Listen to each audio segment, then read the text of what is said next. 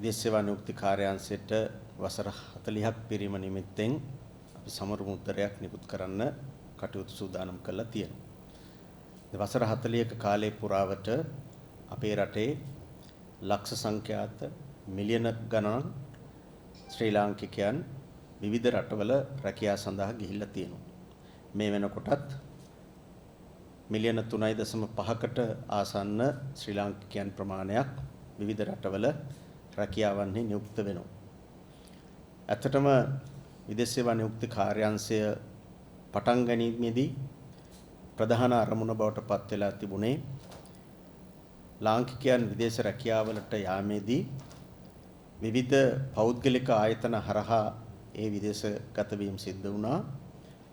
ඒ විදේශගත වීමේ ක්‍රමවේදය නියාමනය කිරීම සඳහා තමයි විදේශ සේවා නියුක්ති කාර්යාංශයේ ප්‍රධාන වගකීම බවට පත් වෙලා තිබුණා. නමුත් පසු කාලීනව විදේශ සේවා නියුක්ති කාර්යාංශය හරහාත් විවිධ රටවල් සමග ඇති කර ගන්නා ලද අන්තර්රාජ්‍ය ගිවිසුම් මගින් විදේශවලට රැකියාව සඳහා ශ්‍රී ලාංකිකයන් යවන්න පටන් ගන්න තියෙනවා. ඒත් ඔබ දන්නවා මේ රටේ ජනතාව දන්නවා අපේ රට විදේශ විනිමය විශාල වශයෙන් ලබා දෙන්නේ විදේශවල රැකියාව කරන අපේම රටේ ලාංකිකයෝ. විදේශගත ඔබ අද අපේ විදේශ සංචිතයෙන් විශාල පංගුවක් ඔබ විවිධ රටවල මහන්සිලා වැඩ කරලා හම්බ කරලා එවන සල්ලි. විදේශ ප්‍රේෂණ වලින් තමයි විදේශ සංචිතය අපි ශක්තිමත්ව පවත්වාගෙන යන්න ප්‍රධානම සාධකයේ බවට පත් වෙලා තියෙන්නේ. අපේ අපනයන ආදායම් වගේම සංචාරකයන්ගෙන් ලැබෙන ඒ ආදායම් වගේම විදේශ ප්‍රේෂණත් ඊටාම වැදගත් සාධකයක් වෙලා තියෙනවා. ඔබ විවිධ රටවල විවිධ දුෂ්කරතා බාධක මැද්දේ තමයි මේ රැකියාවල නියුක්ත වෙන්නේ. අපේ රට තුල හොඳ ශක්තිමත් ආර්ථික තත්ත්වයක් නොමැති වීම නිසා තමයි ඔබට විදේශගත වෙන්න සිද්ධ වෙලා තියෙන්නේ. අදත් යම් ප්‍රමාණයකට හෝ විදේශගත වෙන්න සිද්ධ වෙලා තියෙන්නේ. රටක් විදිහට අපිට අනන්‍ය වෙච්ච දිගු කාලීන, කෙටි කාලීන, මධ්‍ය කාලීන ආර්ථික සංවර්ධන වැඩපිළිවෙලක් ශක්තිමත්ව ක්‍රියාත්මක නොවීමේ අඩුපාඩු විදිහට. අපේ ප්‍රධාන වගකීම තමයි හොඳ ශක්තිමත් ආර්ථිකයක් රට තුල බිහි කිරීම. අපේ රට තුල රැකියාව කරන්න ඔබට අවස්ථාව ලැබෙනවා නම් ඔබේ ඥාතීන් එක්ක, ඔබේ යාළුවන් එක්ක, ඔබේ මිත්‍රයින් එක්ක රට තුල ජීවත් වෙන්න ඔබ ගොඩක් කැමතියි. නමුත් යථාර්ථයට මුහුණ දෙමින් අද ඔබ විදේශවල රැකියාව කරනවා. එතෙන්දී පෞගේ කාලේ පුරාවට විදේශ සේවා නියුක්ති කාර්යාංශය හරහා මේ සිද්ධ වෙන ක්‍රියාවලිය සම්බන්ධයෙන් සමාජය තුලත් විදේශගත ඔබ තුලත් තිබුණේ හොඳ චිත්‍රයක් නෙමෙයි. බොහෝ වෙලාවට රට යවන්න ලක්ෂ ගණන් සල්ලි ගන්නවා, විවිධ වංචාකරුවන්ට අහු වෙනවා, විවිධ ආයතන මගින් විවිධ ආකාරයේ මුදල් අරගෙන අපේ ලාංකිකයෝ අතරමං කරනවා. ඒවා විශාල වශයෙන් පහුගිය කාලේ පුරාවට තිබුණා. අපි පළවෙනි ඉලක්කයේ විදිහට මේ ගෙවිච්ච වසර තුල වැඩි මැදිහත් වීමක් කරේ මේ විදේශ සේවා නියුක්ති කාර්යාංශය හරහා රට යෑමේදී යම් යම් තැන්වල සිද්ධ වෙන විවිධ අක්‍රමිකතාවයන් නතර කරා. අපි සන්තෝෂ වෙනවා. අද වෙනකොට දේශපාලන අධිකාරිය සල්ලි අරගෙන රට යවනවා කියලා එහෙම එකක් නැහැ. නමුත් ඉතිහාසය එහෙම නෙමෙයි. ඇමතිවරු, නියෝජ්‍ය ඇමතිවරු, ඇමතිවරුන්ගේ පෞද්ගලික ලේකම්වරු රට යන අයගෙන් සල්ලි අරගෙන වංචා කරලා, නාස්ති කරලා දැන් චෝදනා තියෙනවා. අපි සමත් වුණා මේ කෙටි කාලය තුල ඒක වෙනස් කරන්න. අපි සතුටු වෙනවා. අද එවැනි කිසිදු ආකාරයක අක්‍රමිකතාවක් දේශපාලන අධිකාරියෙන් සිද්ධ වෙන්නේ නැහැ. ඒ වගේම තමයි අපේ නිලධාරි මහත්මයාත් කැපවීමෙන් අද වැඩ කරනවා. ඒ වගේම අපි ඇති කරලා තියෙන මේ අලුත් රාමුව ඇතුලේ අපේ නිලධාරි මහත්මීන් ඒ අලුත් තත්ත්වයට ගැලපෙන ආකාරයට වැඩ කරනවා. ඒ ගැන අපි ආඩම්බර වෙනවා, සතුටුයි.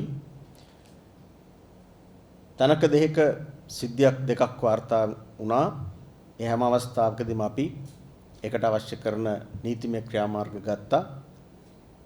අදත් නීතිමය ක්‍රියාමාර්ග ගනිමින් තියෙනවා. ඊයේත් අපිට සිද්ධ වුණා මේ ආයතනයේ හිටපු රියදුරෙක්ව අත්අඩංගුවට ගන්න.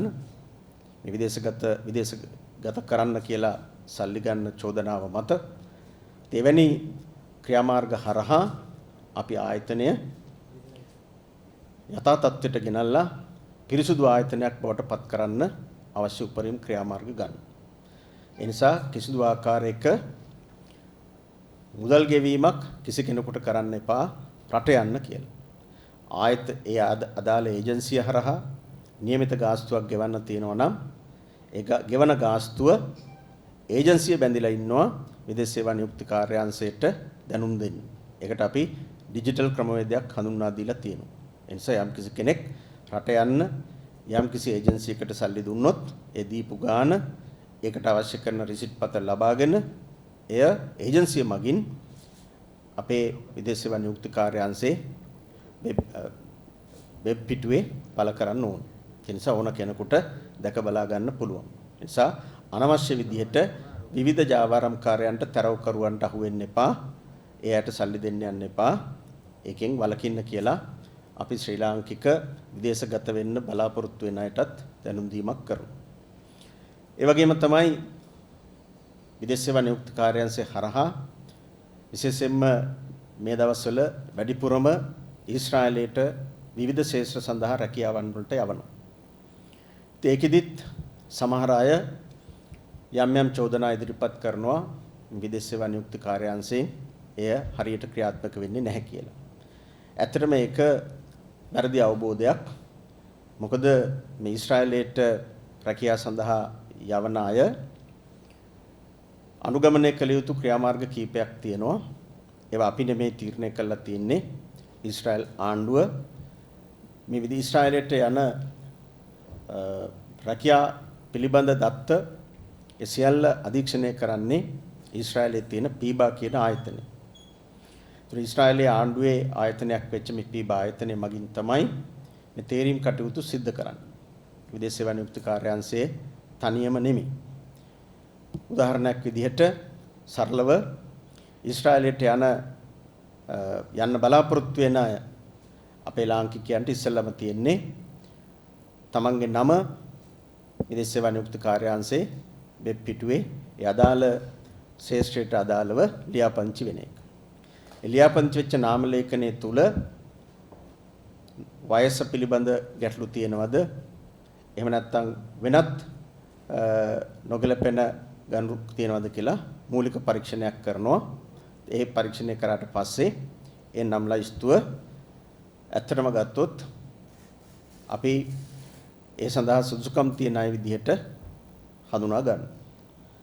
නමුත් ඒ හඳුනාගත්තට පස්සේ එතනින් අවසන් වෙන්නේ නැහැ. අදිර කීපයක් තියෙනවා අවසන් තේරීම එන්නේ.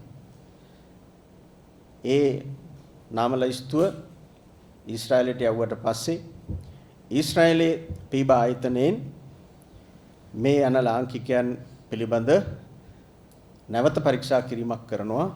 තමන්ගේ ඥාතියෙක් තමන්ගේම පවුලේ සහෝදරයෙක් හරි සහෝදරියක් හරි ඊශ්‍රායලයට රැකියාව සඳහා ඇවිල්ලා තියෙනවද?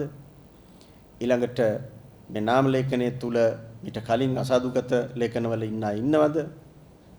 ඊශ්‍රායලයේ ඊට කලින් රැකියාව කරලා තියෙනවද? එවැනි ගොඩක් දේවල් සාධකයන් පරීක්ෂාවට ලක් කරනවා. ඊට පස්සේ එතනනුත් යම් ප්‍රමාණයක් තෝරාගත්තට පස්සේ ඒ තෝරාගත්ත ලයිස්තුව ලංකාවට ආවට පස්සේ ඒ තෝරාගත්ත අයව ඇත්තටම ගත්තොත් පරීක්ෂණ අවස්ථා කීපයකට මුහුණ දෙන්න වෙනවා. ප්‍රායෝගික පරීක්ෂණයට මුහුණ දෙන්න වෙනවා. ඉදිකිරීම් ශේෂ්ත්‍රයට යනවා නම් එයාට ඉදිකිරීම් කරන්න පුළුවන්ද? වැඩ කරන්න පුළුවන්ද කියන එක ලංකාවේ නයිට් ආයතනය මගින් පරීක්ෂා කරනවා. ඊට ඊශ්‍රායලයේ පීබා ආයතනයේ නියෝජිත මහත්මීන් ඇවිල්ලා බලන් ඉන්නවා. ඒගොල්ලොන්ගේ අධීක්ෂණය යටතේ තමයි මේව සිද්ධ වෙන්නේ. එහෙම තෝරා ගැනීම කරලා නැවත ලයිස්තු හදලා ඊශ්‍රායලයට යවුවට පස්සේ අවසානයේදී ඊශ්‍රායලය ලොතරැයි යැදීමක් කරනවා. ඉතින් ලොතරැයි යැදීමෙන් අහමු ලෙස තෝරගන්න කණ්ඩායම තමයි අවසාන වශයෙන් තෝරාගත් කණ්ඩායම බවට පත් වෙන්නේ. ඉතින් මේක සංකීර්ණ පරීක්ෂණ ක්‍රියාවලියක්. ඉතින් මේ පිළිබඳ හරිම අවබෝධයෙන් නැතුව සමහර ඉල්ලුම් කරුවන් මේ නම රෙජිස්ටර් කරපු ගමන් පළවෙනි කැඳවීම කරපු ගමන්ම තමන් ඒ වෙනකොට හිටපු රැකියාවලින් ඉවත් වෙලා ඉල්ලාස් වෙලා පාස්පෝර්ට් සහ අනිකුත් දේවල් හදාගෙන දැන් රට යන්න හරි කියලා හිතාගෙන ඉන්නවා. ඊට පස්සේ අර ලොතරැයියෙන් තමන්ව තේරුම් නැති වුණාම විදේශ සේවා නියුක්ති කාර්යාංශයට චෝදනා එල්ල කරනවා මෙතනින් ඒ අයව කපා හැරියා කියලා. ඒ නිසා මේක වැරදි අවබෝධයක්. අපි ඊශ්‍රායලයට යන්න බලාපොරොත්තු වෙන අපේ රටේ ලාංකිකයන් ඉතා නිහතමානීව ඉල්ලා සිටිනවා. මේක මේ විදේශ සේවා නියුක්ති කාර්යාංශයෙන් පමණක් සිද්ධ වෙන ක්‍රියාවලියක් නෙමෙයි. මේක ඉතා පැහැදිලිව ඊශ්‍රායලයේ ආණ්ඩුවේ පීබා ආයතනයේ අධීක්ෂණයෙන් තමයි මේ සියලු තෝරා ගැනීම වලට අවශ්‍ය මැදිහත් වීම කරන්නේ. ඒ තෝරා ගැනීමේ ක්‍රමවේදය අවස්ථා ගණනාවක් පහු කරන්න ඕනි. ප්‍රායෝගික පරීක්ෂණ, නාම ලේඛන පරීක්ෂණ, වයස පිළිබඳ පරීක්ෂණ ඒ සියල්ලම අවසන් කළා තමයි තෝරා ගැනීම වෙන්නේ. සමහර වෙලාවට වෙබ් පිටුවේ වසර 2ක් වගේ කාලයක් තමන්ගේ ලියාපදිංචි වෙලා බලාගෙන ඉන්නත් වෙනවා. තේවැනි අවස්ථාවකදී තමන් කරන රැකියාවෙන් අයින් වෙලා ඇත්තටම වැරදි විදිහට තේරුම් ගන්න එපා. දැන් ඔන්න ඔක්කොම හරි කියලා. මොකද අවසාන තේරීමත් උනාට පස්සේ තමයි ඔබ අවසන් සුදුසා බවට පත් වෙන්නේ. ඒ නිසා මේක මේ විදේශ සේවා නියුක්ති කාර්යාංශයේ වැරද්දක් නෙමෙයි. මේක ඊශ්‍රායල් ආණ්ඩුව ලංකාවේ අපිත් එක්ක අත්සන් කළා තියෙන අවබෝධතා ගිවිසුම අනුව තියෙන ක්‍රමවේදයක්. නිසා මේකත් මම රටේ විශේෂයෙන්ම ඊශ්‍රායල් යන්න බලාපොරොත්තු වෙන අයට දැනුවත් කරන්න කැමතියි. බොහෝ අවස්ථාවලදී ඒ තේරුම් නැති වුණාම සමහරලාට නිලධාරීන්ට දේශපාලන අධිකාරියට දොස් කියනවා. ඒ මැදිහත් වීම හරහා තමන්ව කපා හැරියා කියලා. ඒක සම්පූර්ණ වැරදි අදහසක්. එහෙම දෙයක් සිද්ධ වෙන්නේ නැහැ. යම්කිසි හෝ තැනක දෙයක කලාතුරකින් එහෙම දෙයක් කොහෙන් හරි සිද්ධ වෙනවා නම් ඒවා පිළිබඳ නිවැරදි තොරතුරු දත්ත ලබා දෙන්න ඊට අවශ්‍ය කරන මැදිහත් වීමක් කරන්න පුළුවන්. ඒ නිසා මේක අවධාරණය කරන්නේ මෑත කාලීනව ඊශ්‍රායලයේ සඳහා රැකියාව අපිට ගොඩක් ලැබෙමින් පවතිනවා. ඒ රැකියාව විවිධ ශේෂ්ත්‍ර වලට රැකියාව අවස්ථා ලැබෙනවා.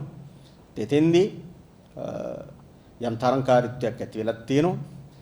ඒ තරංකාරීත්වය තුල සමහර අයව තේරුනේ නැති වුණාම ඒක තමන්ගෙන් තියෙන සුදුසුකම් වල ප්‍රශ්නයක් මිසක් වෙන කාගේවත් ප්‍රශ්නයක් නෙමෙයි. ඒකත් හරියට තේරුම් ගමු. සමි ක්‍රමවේදය ප්‍රායෝගික පරීක්ෂණ, ඒ වගේම නාම ලේඛන පරීක්ෂණ, ඒ වගේම සෞඛ්‍ය තත්ත්වය පිළිබඳ පරීක්ෂණ ඒ ඔක්කොමත් තියෙනවා. එහෙ ගිහිල්ලා වැඩ කරන්න පුළුවන්ද කියන ඒවත් ප්‍රායෝගික ශාරීරික පරීක්ෂණක් තියෙනවා.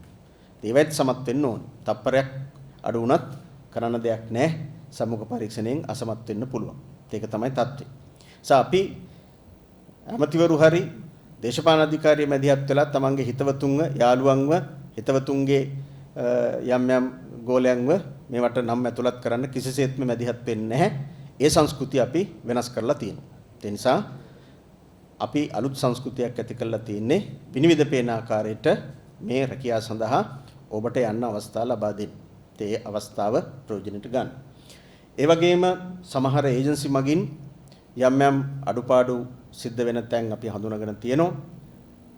රට යවන්න කියලා ලක්ෂ ගණන් සල්ලි අරන් තියෙනවා. විශේෂයෙන්ම රුමේනියා වගේ රටවල ලක්ෂ 18 මාර සල්ලි අරගෙන අවුරුදු ගණන් රට යවලත් නැහැ, සල්ලි ආපහු දීලත් නැහැ. ඒවා පිළිබඳ නීතිමය ක්‍රියාමාර්ග අපි ගනිමින් තියෙනවා. සමහර ක්‍රියාමාර්ග ගන්න පවතින විදේශ සේවා නියුක්ති කාර්යාංශ පනත බාධාවක් වෙලා තියෙනවා. ඒක ප්‍රමාණවත් නැහැ.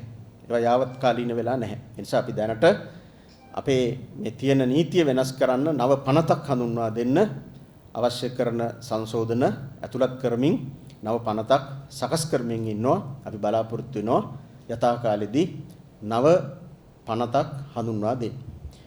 ඒ වගේම විදේශගත ශ්‍රී ලාංකිකයන්ගේ ඡන්ද අයිතිය අපි ගොඩක් කාලයක් බලාපොරොත්තු වෙන සිට දෙයක්. ඒ ඡන්ද අයිතිය ඔබේ අයිතියක්. ඒ වහාම ලබා දිය යුතුයි. ඒ ප්‍රතිපත්තිය අපි එදත් හිටිය අදත් ඉන්නවා. ඒ නිසා ඔබේ ඡන්ද අයිතිය ලබා දීම සඳහා දැනටමත් රාජ්‍ය පරිපාලන අමාත්‍යාංශය මගින් විශේෂ කමිටුවක් පත් කරලා තියෙනවා. ඒ හරහා අපි බලාපොරොත්තු වෙනවා විදේශගත ඔබට ඡන්දය ලබා දීමට අවශ්‍ය කරන පහසුකම් සලසලා ඊට අවශ්‍ය කරන නෛතික තත්ත්වය ඇති කරන්න.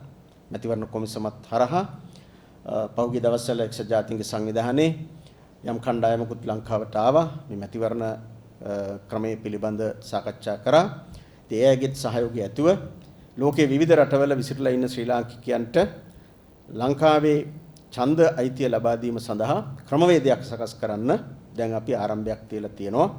ඒ කටයුත්තත් යථාකාලෙදී සම්පූර්ණ කරන්න අපි බලාපොරොත්තු වෙනවා. ඒ වගේම විදේශගත ශ්‍රී ලාංකිකයන්ට යම් කාලයක් රැකියාවල නියුක්ත වුණාට පස්සේ තමන්ගේ වයෝවෘද්ධ කාලය තුල විශ්‍රාම වැටුපක් ලබා ගැනීම ඒ පිළිබඳව අපි දැනටමත් මැදිහත් වෙමින් තියෙනවා. දැනට එහෙම ක්‍රමයක් තියෙනවා. නමුත් ඒක සාර්ථක ක්‍රමයක් නෙමෙයි. ඒ නිසා මීට වඩා වැඩි මුදල් ප්‍රමාණයක් විශ්‍රාම වැටුප විදිහට ලැබෙන අලුත් ක්‍රමවේදයක් හඳුන්වා දෙන්න සමාජ සේවා අමාත්‍යාංශයත් විදේශ සේවා නියුක්ති කාර්යාංශයත් ඒකාබද්ධව සමාජ සේවා දෙපාර්තමේන්තුවේ තියෙන අරමුදල පාවිච්චි කරලා අපි විදේශගත ඔබ සියලු දෙනාට දායක විශ්‍රාම වැටුප් ක්‍රමයක් ඒකත් අවධාරණය කරන්න ඕනි. දායක විශ්‍රාම වැටුප් ක්‍රමයක් හඳුන්වා දෙන්න අවශ්‍ය කරන නෛතික සම්පාදනයන් සිදු කරමින් තියෙනවා. වසර 40ක් පිරෙන මේ වසර තුල අපි විදේශගත ඔබ වෙනුවෙන් ඔබේ ඡන්ද අයිතිය ලබා දෙන්න, ඔබේ විශ්‍රාම වැටුප ලබා දෙන්න කිසිදු ආකාරයක මුදල් වංචාවකට හසු නොවි විනිවිද පේන ආකාරයට විදේශගත රැකියාවලට යන්න අවශ්‍ය කරන පහසුකම් සලසා දෙන්න උපරිමයෙන් මැදිහත් වෙනවා. ඒ පිළිබඳ විදේශ සේවා නියුක්ති කාර්යාංශයේ අපේ සාමාන්‍ය අධිකාරිතුමා ඇතුළු නිලධාරි මණ්ඩලය විශාල කැපවීමක් කරනවා. ඒ අත්දැකීම් තුලින් අලුත් ක්‍රමවේදයක් හඳුන්වා දෙන්න දැනටමත් බොහෝ මැදිහත් වීම කරලා තියෙනවා. ඉතින් අපි සතුටු වෙනවා මේ කටයුත්ත වඩාත් සාර්ථකව කරගෙන යන්න. 40 වසරක අත්දැකීම් අපිට ලොකු ශක්තියක් වෙනවා. ඒ යහපත් අත්දැකීම් අයහපත් අත්දැකීම් සියල්ල තුලින් අපි පාඩම් ඉගෙනගෙන අපි වඩාත් හොඳ ක්‍රමයක් හඳුන්වා දෙන්න තමයි බලාපොරොත්තු වෙන්නේ. ඒ නිසා මේ 40 වසරක ගෙවපු කාලය තුල අපි ආපු ගමන නැවත ආවර්ජනය කරමින් ඉදිරිය සාර්ථක කර ගැනීම සඳහා මේ සමරු මුද්දරය තුලින් අපි ශක්තිමත් පියවරකට යන්න බලාපොරොත්තු වෙනවා. මේ සමරු මුද්දරය නිකම්ම සමරු මුද්දරයක් නෙමෙයි. මේ ආපු ගමන් මග ඒ ලබාගත් අත්දැකීම් තුලින් වඩාත් සාර්ථක විනිවිද පේන ආකාරයේ විදේශ සේවා නියුක්ති කාර්යාංශයක් ගොඩනැගීම පිළිබඳ බලාපොරොත්තුවක් සනිටුහන් කරන සමරු මුද්දරයක් තමයි අද අපි නිකුත් කරනු ලබන්නේ.